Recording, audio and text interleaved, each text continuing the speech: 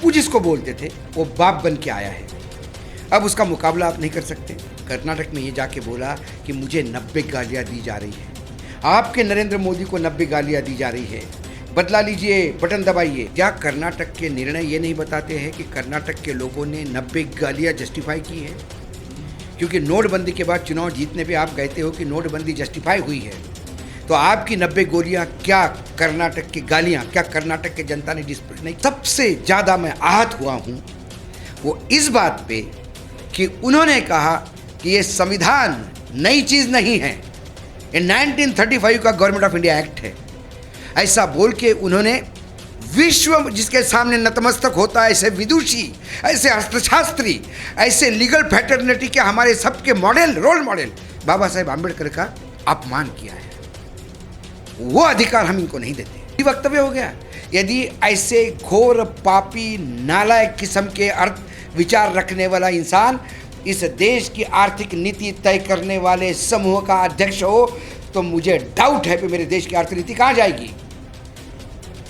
जो बाबा साहब आम्बेडकर को कुछ मानता ही नहीं हो वो अर्थशास्त्री क्या होगा?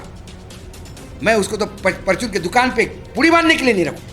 आपने 45 लोग मरने दिए क्योंकि आपको इस सिंहासन में ये जो ताज आपने पहना है वो 45 सैनिकों का खून से सना हुआ है।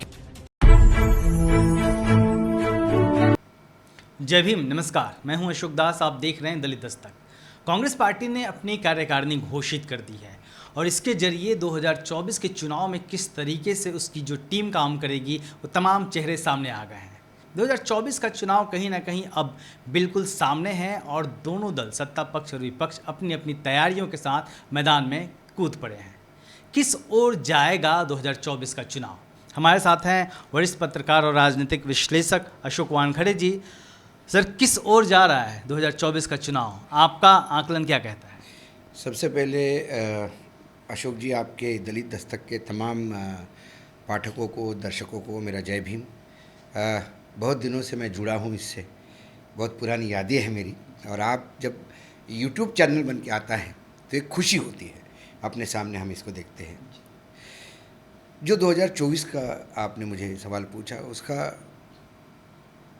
लब्बो-लबाब जो मैं देखता हूँ अभी, खास 2024 जैसा नज़दीक आ रहा है, सत्ता पक्ष जो है भारतीय जनता पार्टी, उसके पैरों के नीचे की ज़मीन खिसक रही है। 10 साल की एंटी इनकम्बेंसी और डिलीवरेंस, जिसको शुद्ध देसी हिंदी में, ठेठ गांव की हिंदी में हवाबाजी कहते हैं।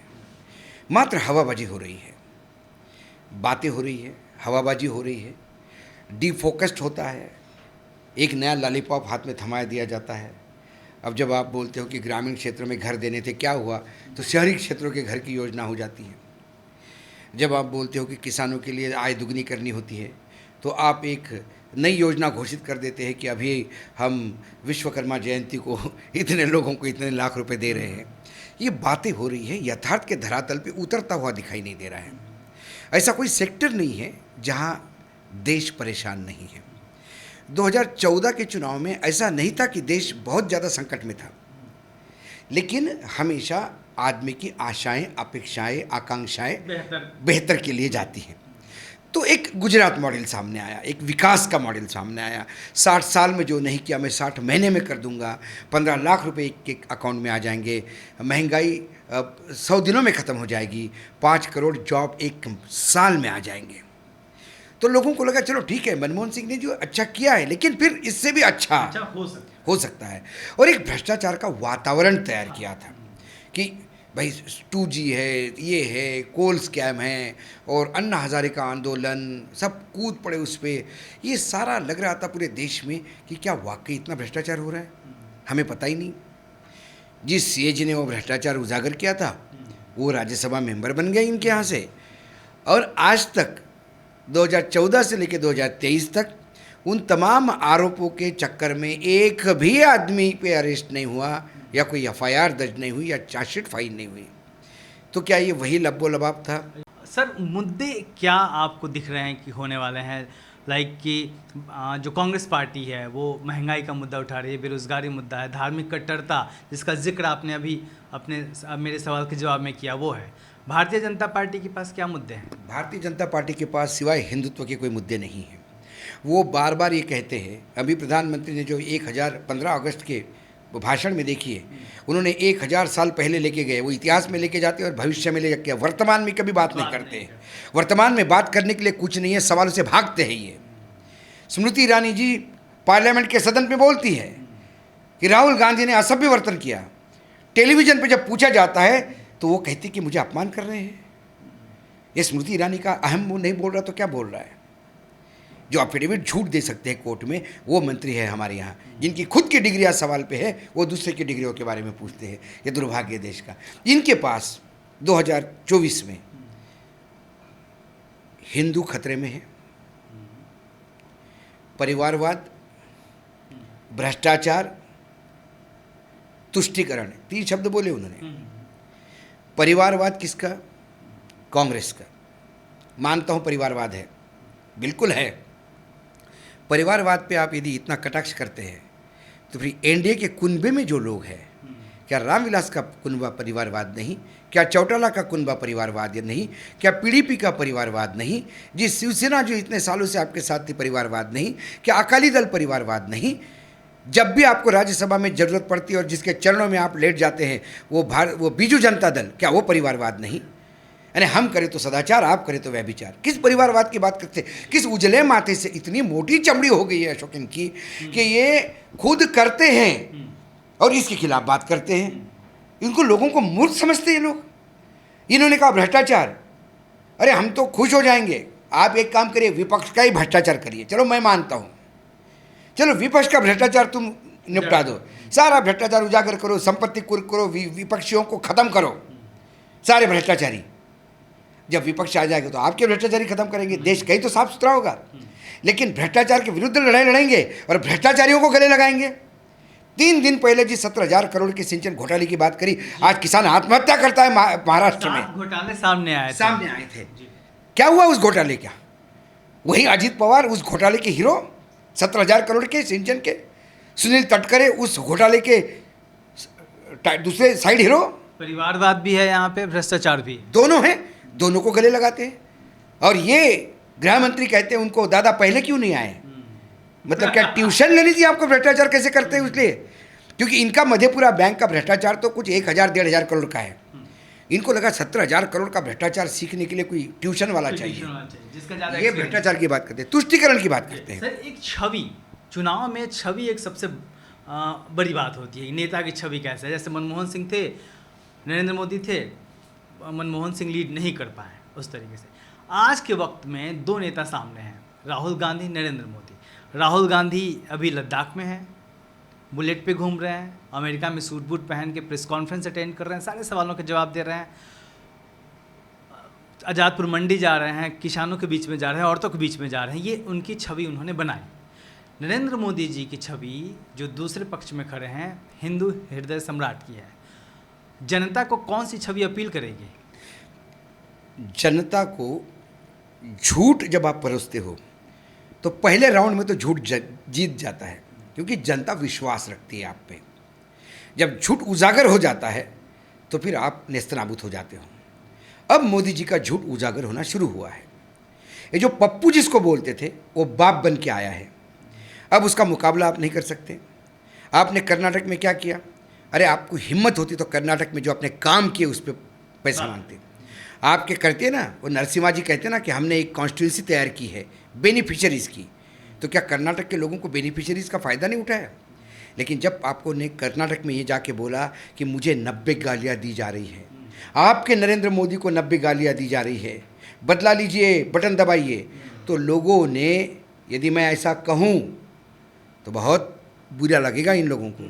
क्या कर्नाटक के निर्णय ये नहीं बताते हैं कि कर्नाटक के लोगों ने 90 गालियाँ जस्टिफाई की है? क्योंकि नोटबंदी के बाद चुनाव जीतने पे आप कहते हो कि नोटबंदी जस्टिफाई हुई है, तो आपकी 90 गोलियाँ क्या कर्नाटक की गालियाँ क्या कर्नाटक के जनता ने डिस्प्ले नहीं किया है? आपने बोला बजरंग बली का बटन दबा के बात करो, संविधान की शपथ लेके आप प्रधानमंत्री बने जी। बजरंग बली की शपथ आप कैसे कहलवा सकते हैं? बजरंग बली ये आस्था है, मेरी आस्था है, लेकिन मैं बजरंग बली के नाम से खबर नहीं पढ़ सकता। सर संविधान का जिक्र किया आपने, संविधान पे भी जो देश जब स्वतंत्रता दिवस मना रहा था उसके एक दिन पहले प्रधानमंत्री के आर्थिक सलाहकार परिषद के अध्यक्ष विवेक देबरॉय का बयान आता है कि संविधान बदला जाना चाहिए, नया संविधान की ज़रूरत है देश को। अभी सुप्रीम कोर्ट के और हाई कोर्ट के जज हैं, वो तमाम मामलों में मनुस्मृति का जिक्र कर रहे हैं।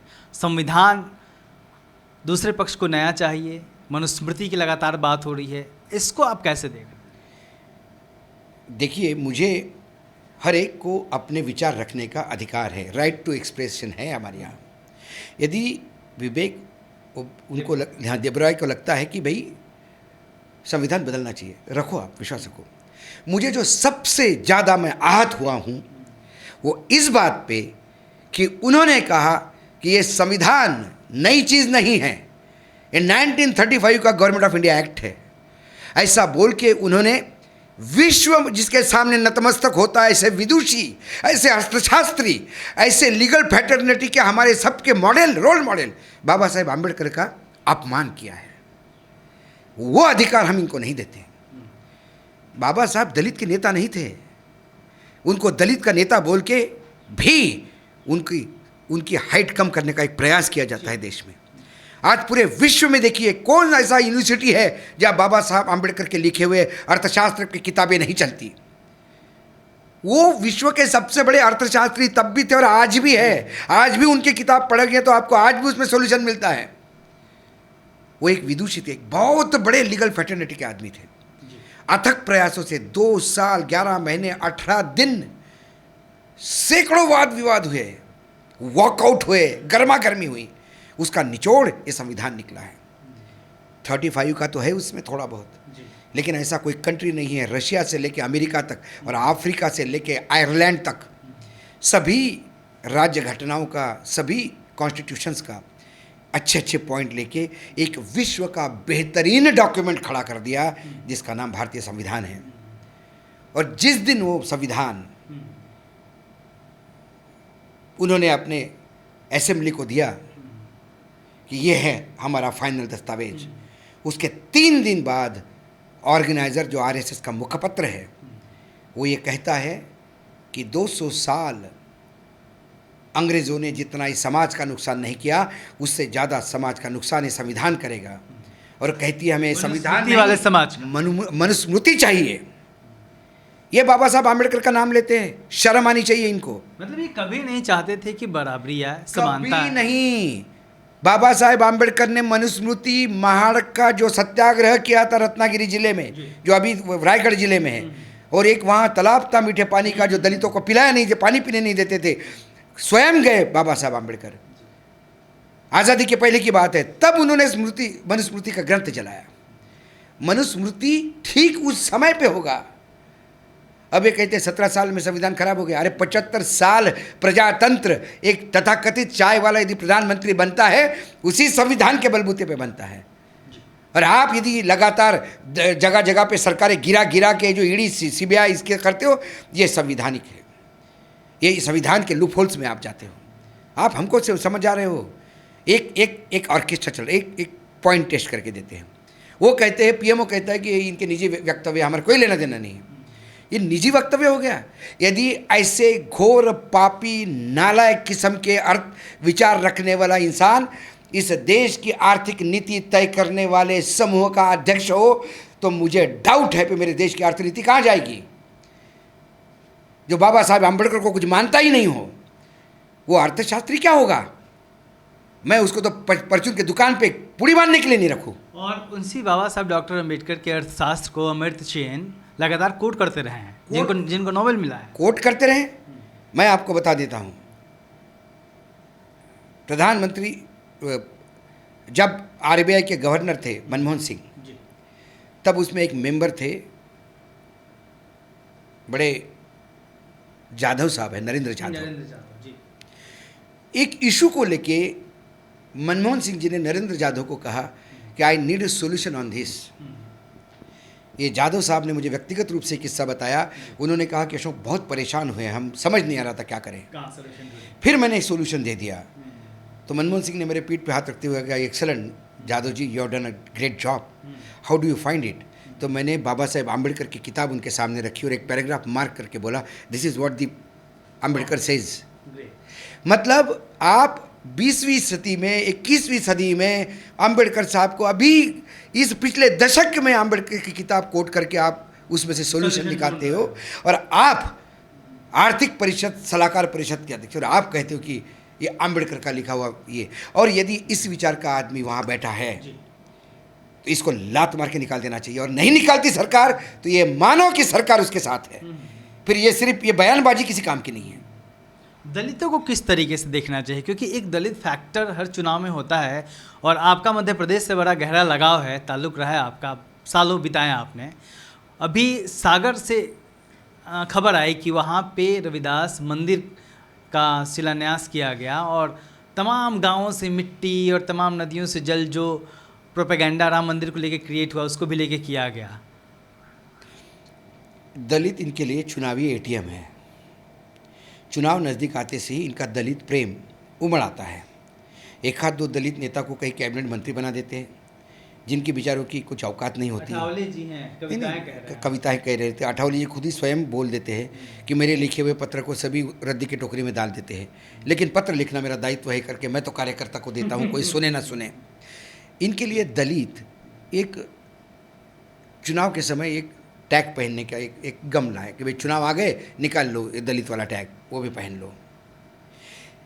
यदि अमृत काल में एक दलित युवक गॉगल पहनने से, जिस राज्य में राम राज्य है, 35 साल से बीजेपी है, डबल इंजन की सरकार पिछले 10 साल से है, वह राम राज्य तो स्थापित हो गया होगा ना 35 साल के बीजेपी का। क्या चाहिए?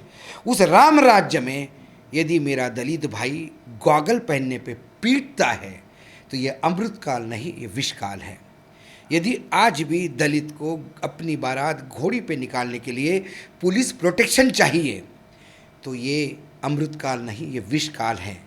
यदि आज भी, ये तो अंग्रेज़ों के टाइम पे भी नहीं था इतना बुरा हाल, एक दलित लड़की पे बलात्कार होता है और बाप को एफआईआर लिखवाने के लिए खुद आत्महत्या करनी पड़ती है कि मैं आत्महत्या करूं तो खबर बनूं, तो शायद मेरी बेटी को मतलब बोलने के लिए यदि बोलने लगे ना दलितों पे उत्पीड़न की, क्यों नहीं, ये दलितों को सोचना चाहिए। जब भी चुनाव आते तो हिंदुत्व का छाता खुलता है, हम सब हिंदू हैं, सब इकट्ठा हो जाओ, दलित महादलित सब हम हिंदू हैं। तो भैया सब हिंदुओं को ये बड़ा सवाल उनके सामने खड़ा किया आपने। आज यदि सभी दलित हिंदू हैं तो प्रधानमंत्री दलित क्यों नहीं है? दलित राष्ट्रपति बनाते हो लेकिन उसको 1 मिनट का भी एक सेंटीमीटर इतनी जगह है इंडिपेंडेंस। द्रौपदी मुर्मू हमारी आज राष्ट्रपति है, आदिवासी समाज की है। 3-4 महीने हो गए पूरा आदिवासी समाज जल रहा है मणिपुर में, कुछ नहीं कर पा रही। क्या वो महिला होने के नाते उनकी कोई पीड़ा कोई सुनने को तैयार है? क्या उन्हें लगता होगा कि मैं सही राष्ट्रपति हूँ, सही देश की और सही प्रशासन की? ये सवाल उनके सामने भी खड़ा होता सवाल होता है उनका, तो क्या उनके पास अपने आप को जवाब देने के लिए जवाब है सवाल के? ओबीसी एक बड़ी ताकत है बीजेपी की। ओबीसी बड़ी, मैंने क्या कहा, ये सब एटीएम है, राम का नाम एक एटीएम है। लेकिन ये तो तैयार है ना साथ रहने के। कौन? ओबीसी। किसने किसने कहा आपको? चुनाव के नतीजे बता रहे हैं। कर्नाटक के चुनाव तो बताते आपको, पहले की छोड़िए, समय बदल गया है। अब लोग समझने लगे हैं इनकी चालों को, समझने लगे हैं। जिस ऑर्गेनाइजर का मैंने जिक्र किया उसी ने कहा है कि हिंदुत्व और मोदी अब ये दोनों तीर नहीं चलने वाले हैं। कहाँ हिंदुत्व चल रहा है? कलई खुल गई है कहीं ना कहीं। कलई नहीं खुल गई, एक्सपोज हो गए भाई। 2014 में विपक्ष की एंटी इनकम्बेंसी थी, भ्रष्टाचार, अन्ना हजारे, सब आपने कैश कर लिया और आप सत्ता में आ गए। 2019 में आपने पुलवामा होने दिया। यदि मैं गवर्नर मलिक की बात मानूं तो आपने 45 लोग मरने दिए, क्योंकि आपको इस सिंहासन में ये जो ताज आपने पहना है वो 45 सैनिकों का खून से सना हुआ है। यदि मैं ये कहूँ आरोप, क्योंकि गवर्नर के उस आरोप पे बैठे हुए व्यक्ति ने उसको डिनाई बिल्कुल नहीं किया, डिनायल नहीं आया अभी तक। शाह कहते हैं कि अब क्यों बोला, तब क्यों नहीं बोला? तो सरकार जांच भी तो नहीं बिठा रही उन पे, जांच भी नहीं बिठा रही, कैसे दिया, कैसे बोला। तो ये सारी चीज़ें क्या बताती है? ये सारी इस बात को इंगित करती है कि आपने सत्ता पाने के लिए एक चीज़ होने दी। तमाम इन सब के बावजूद भारतीय जनता पार्टी के पक्ष में अगर मैं पूछूं कि क्या है 2024 में? कुछ भी नहीं है, मुझे तो कुछ दिखाई नहीं देता कि मैं तो भारतीय जनता पार्टी वाले नेताओं को कहती हूँ, हमने बहुत ज़्यादा काम किया। बताइए क्या काम किया? ये आंकड़े झूठ आंकड़े फैलाते हैं। 54 लाख करोड़ से आज 150 लाख करोड़ तक का कर्जा है। हर भारतीय को इन्होंने लखपति बना दिया। 15 लाख तो अकाउंट में नहीं आए, हर भारतीयों को लखपति बना दिया। क्योंकि हाँ, नहीं लखपति इसलिए बना दिया, मैं इसकी थ्योरी बताता हूँ। कल यदि आप बैंक चले जाए लोन लेने के लिए, तो बैंक आपको पूछती है कि आपकी औकात क्या है। भाई मेरे पास 5 लाख का मकान है, तो उस मकान के अगेंस्ट आपको 3 लाख का लोन मिलता है। तो यदि हर आदमी के ऊपर 1.25 लाख का लोन है, तो उस आदमी की वर्थ 3-4 लाख की तो होगी ना। तो आज हमारे 143 करोड़ भाई बहन सब 4 लाख 5 लाख की मालिक है, क्योंकि हर एक के ऊपर मोदी जी की कृपा से 1 से 1.25 लाख का लोन चढ़ चुका है। क्योंकि ये भारत का लोन है, ये हम सबका दायित्व है। हर जगह झूठ बोलते हैं। किस बात पे? आज नौकरी के लिए 6000 महाराष्ट्र में पटवारी, रेवेन्यू डिपार्टमेंट का सबसे आखिरी पोस्ट पटवारी, तलाठी जिसको गांव में कहते हैं। 6000 पोस्ट के लिए 11 लाख एप्लीकेशन। ये हाल है इस देश का। आप पकौड़े तलने और भीख मांगने वालों को रोजगार कहेंगे, तो फिर इससे बड़े रोजगार तो देश में कोई बेरोजगार है ही नहीं। कांग्रेस के पक्ष में क्या है? कांग्रेस के पक्ष में क्या है? कांग्रेस के पक्ष में विरासत है। कांग्रेस के पक्ष में 10 साल का मनमोहन सिंह का सरकार है। कांग्रेस के पक्ष में महंगाई इतनी नहीं थी। देखिए, महंगाई, बेरोजगारी, रुपए का मूल्य। नहीं, मैंने पूछा कि कांग्रेस के पक्ष में क्या है जो उसको मतलब आगे लेके जाएगी 2024 के चुनाव? कांग्रेस हमेशा एक बैलेंस लेके चली है। कांग्रेस के समय दंगे हुए, मैं मानता हूँ हिंदू मुसलमान के दंगे हुए, लेकिन जब दंगाई सत्ता में हो तो फिर अब दंगे कहाँ से होंगे? चोर के हाथ में चाबी दो तो नहीं होते। लेकिन जब उनको दंगे करवाने होते तो फिर दंगे भी होते हैं। यही आज हम ये कहते हैं कि आप इतने बड़े तेज, इतना स्ट्रांग आदमी हो, जिस पे दंगे रोकता है उसको तुरंत हटा भी दिया जाता है। ठीक है, जहाँ ये आपने मेरठ की बात है, आज नूह की बात करिए। नूह के दंगे इतने क्यों फैले?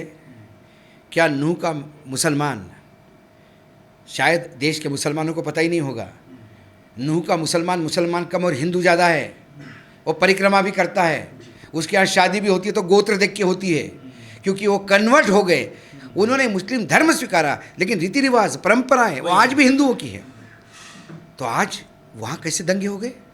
क्यों दंगे हो गए? वो लोग तो जब पार्टीशन होने के बाद तो वहाँ दंगे हुए थे और बोला गया था कि तुम चले जाओ पाकिस्तान। वो महात्मा गांधी को मिलने के लिए आए, बोले हम सबको मार डालो, सबको काट डालो, हम मरेंगे लेकिन हम भारत नहीं छोड़ेंगे। आज साथ साथ जियो। आज ये क्यों हो गया? आज बिट्टू, वो एक ज़माने में इनका हीरो था, आज सब कहते कि हमारा आदमी नहीं, हमारा आदमी नहीं, हमें कोई लेना देना नहीं है। तो ये कैसा, कौन भाई लेना देना है? मुख्यमंत्री एक बात कहता है, उप मुख्यमंत्री एक बात कहता है, गृह मंत्री एक बात कहता है, इंटेलिजेंस वाले बोलते हैं कि हमने नूह में दंगे की इन्फॉर्मेशन दी थी, वो बोलते हैं कि हमको मिली नहीं थी। अरे क्या चल रहा है ये देश में? ये क्या बताता है, किस बात की और इंगित करता है? 20%, 80% की बात होती है। प्रधानमंत्री आज भी हलाल इसकी बात करते हैं, हलाल खाओ या झटका खाओ इसकी बात होती है। नकाब पहनो, वो अपना हिजाब पहनो ना पहनो इसकी बात होती है। पूरा कर्नाटक 5 साल हलाल और हिजाब में लड़ता रहा, और चुनाव के दौरान येदियुरप्पा जी कहते हैं कि हलाल और उसका हमारा कोई लेना देना नहीं। अरे मूर्ख समझते हो जनता को आप? आपका लेना देना नहीं है, आपकी सरकार थी, आपने कैसा होने दिया? फिर मतलब एक्सपोज हो गए, एक्सपोज हो गए। प्रधानमंत्री की मन की बात लोग व्यंग के तौर पे सुनते हैं। आखिरी सवाल, राहुल गांधी नरेंद्र मोदी से आगे निकल जाएंगे क्या? निकल गए हैं, निकल जाएंगे की क्या बात है? 2019, 2014 और 2014 में लोग परिवर्तन चाहते थे, परिवर्तन में लोग फंस गए। 2019 में राष्ट्रवाद का तड़का लगा, राष्ट्र पे अटैक हुआ, लोगों ने साथ दिया। 2024 में क्या? दूसरी ओर विपक्ष को लीड करेगा कांग्रेस, क्योंकि कांग्रेस सबसे बड़ी पार्टी है। ये इसमें नो डाउट। देखने आप कितना भी चर्चा करें उसमें कोई नहीं। यदि कांग्रेस खुद स्ट्रगल में थी, कांग्रेस का नेतृत्व समझ में नहीं आ रहा था, कन्फ्यूजन था। राहुल गांधी ने देखा कि कई प्रयास किए, G20, 320, इसको निकाल उसको ले, लेकिन उसकी छवि जो बनाई गई थी, जिसमें कांग्रेसियों का ज़्यादा हाथ, बीजेपी का कम था, एक पप्पू, एक नालायक आदमी, एक ड्रगिस्ट, भाग जाने वाला, नॉन सीरियस, एक ही तोड़ था उसने। कन्याकुमारी से कश्मीर तक को चला। उसके एक भारत जोड़ो यात्रा ने सारे देश को जोड़ दिया राहुल गांधी से, और लोगों को लगा कि नहीं, ये युवक है, निष्पाप युवक है, कोई छल नहीं उसके मन में, जो है वो सामने है। और राहुल गांधी अवेलेबल है, पत्रकारों के लिए अवेलेबल है, बेबाक बोलते हैं, जहाँ चाहे बोलते हैं। अब आप ये तो अपेक्षा नहीं कर सकते कि देश में मोदी जी को गाली देंगे और विदेश में जाके कहेंगे मोदी जी अच्छे हैं। अरे भाई, सोशल मीडिया का टाइम है, जिस दिन ये दस्तक आप डालोगे तो पता पड़ेगा कि अमेरिका में भी कोई देख रहा होगा इस इंटरव्यू को, कोई जापान में देख रहा होगा। और मैं अमेरिका जाने की कहूँ कि मेरे देश बहुत अच्छा कर रहा है, लोग बोलेंगे मारो जूते इसको, वहाँ देश में ऐसा बोलता है, यहाँ के ऐसा बोलता है, क्या समझता है तू? मोदी जी भी तो बाहर जाके बोलते थे ना कि देश में फिर से जन्म लेने की स्थिति नहीं है, ये भ्रष्टाचार हो गया था। उन्होंने भी कौन से देश के कसीदे पढ़े, उन्होंने देश की बदनामी कर करके अपना नाम लिया। तो राहुल गांधी आज एक मैच्योर्ड है। कांग्रेस और मैच्योरिटी के साथ आई है। कांग्रेस अकोमोडेटिव में हो गई है। इंडिया के गठबंधन में कांग्रेस ने दिखाया कि हम सबको साथ में लेके चलते हैं, हम थोड़ा सा ठीक, वो हम सेक्रीफाइस करने के लिए है। राहुल गांधी के तेज तेवर से क्षेत्रीय दल जो दबे हुए थे उनके भी तेवर खुल गए। आप देखिए, अब क्षेत्रीय दल भी जिस हिसाब से उनके प्रवक्ता बोल रहे हैं, चाहे शिवसेना हो, चाहे शरद पवार हो, चाहे इनके जो गले में से, कंठ में जो आवाज़ आने लगी है, वो कहीं ना कहीं वो धार जो राहुल गांधी ने, कांग्रेस ने ताकत दे दी, सारे एक हो गए। अब सबको लगता है अच्छा, राहुल गांधी का तोड़ इनके पास नहीं है। राहुल गांधी पत्रकारों से बात करते हैं, सामान्य जनता को वो जाके किसी खेत में जाके बात करते हैं, किसी ठेले पे जाते कि मैकेनिक को पूछ सकते भैया तेरी कैसी चल रही है, वो बोलता बहुत महंगाई है, कोशिश कर रहे हैं। प्रधानमंत्री जो है ये किसी से बात नहीं करते, ये बात करने के लिए हॉलीवुड से अक्षय कुमार को लाते हैं। फिर एक तय होता है कि अक्षय कुमार से जब प्रधानमंत्री बात करेंगे तो विश्व के समस्याओं पे बात होगी। तो विश्व की सबसे बड़ी समस्या जो अक्षय कुमार को समझ में आ गई वो ये थी कि आम काट के खाते या चूस के खाते हैं, और प्रधानमंत्री ने फिर उसका डिटेल उत्तर दिया, आम काट के खाते कि चूस के खाते हैं। उससे विश्व की समस्या खत्म हो गई और ये विश्वगुरु बन गए। विश्व में भारत की जय जयकार हो गई। भारत के लोगों को भी समझ में आ गया कि आम काटा भी जाता है और चूसा भी जाता है। लोग ये कह रहे हैं आज कि भाई साहब आप आम चूस के खाइए, आम काट के खाइए, जैसा खाना है खाइए, लेकिन हमारी जेब काट के हमारा खून मत चूसिए। जी बहुत बहुत शुक्रिया। तो एक तंज के साथ और एक गुगली के साथ अपनी बातचीत ख़त्म की अशोक वानखेड़े जी ने, और तमाम सवाल जो उठे हैं, चाहे दलितों को लेके हों, चाहे देश में जिस तरीके से मुसलमानों पे हमले हो रहे हैं, या फिर जिस तरीके से महंगाई बेरोज़गारी का मुद्दा हो, तमाम डेटा के साथ जिक्र किया अशोक वानखेड़े जी ने। और आगे की राजनीति किस और करवट लेने वाली है उसके विषय में इन्होंने अपनी राय रखी है। वक्त बताएगा 2024 में जब चुनावी नतीजे आएंगे, लेकिन कहीं ना कहीं अब राजनीतिक जो करवट है वो बदलती हुई तो दिखने ही लगी है। कैमरामैन वीरेंद्र के साथ मैं शुभदास, दलित दस्तक।